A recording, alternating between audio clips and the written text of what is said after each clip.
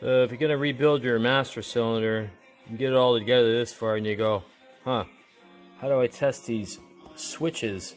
Well, here's a device I made, and you can get it for like $5. You go get an air blow gun like this one here and leave the tip out and screw the pressure switch in, and then use a voltmeter like this, and I set mine on the audio ohms setting, and then put air pressure to this, and then test when the sound goes off. Then you know the switch is good.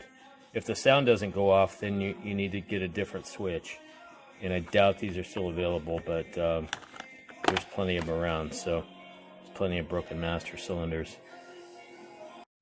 Alright, so I'm back again. I went and got some female butt connectors and I stuck them on my pressure switch because I can't operate the phone and the air compressor and everything all at once. So if you stick the needle in there, you can hear the audio, and the needle's gone up on the ohm meter, and then so when you put pressure to it, makes for a good pressure switch.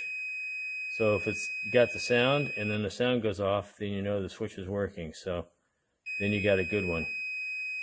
Anyway, so that's the test for the low pressure warning fluid lights on a Honda 600 sedan master cylinder. If you're going to rebuild your master cylinder, make sure you always test these. If they don't work, then you're going to have low fluid and pressure, and then you won't know it.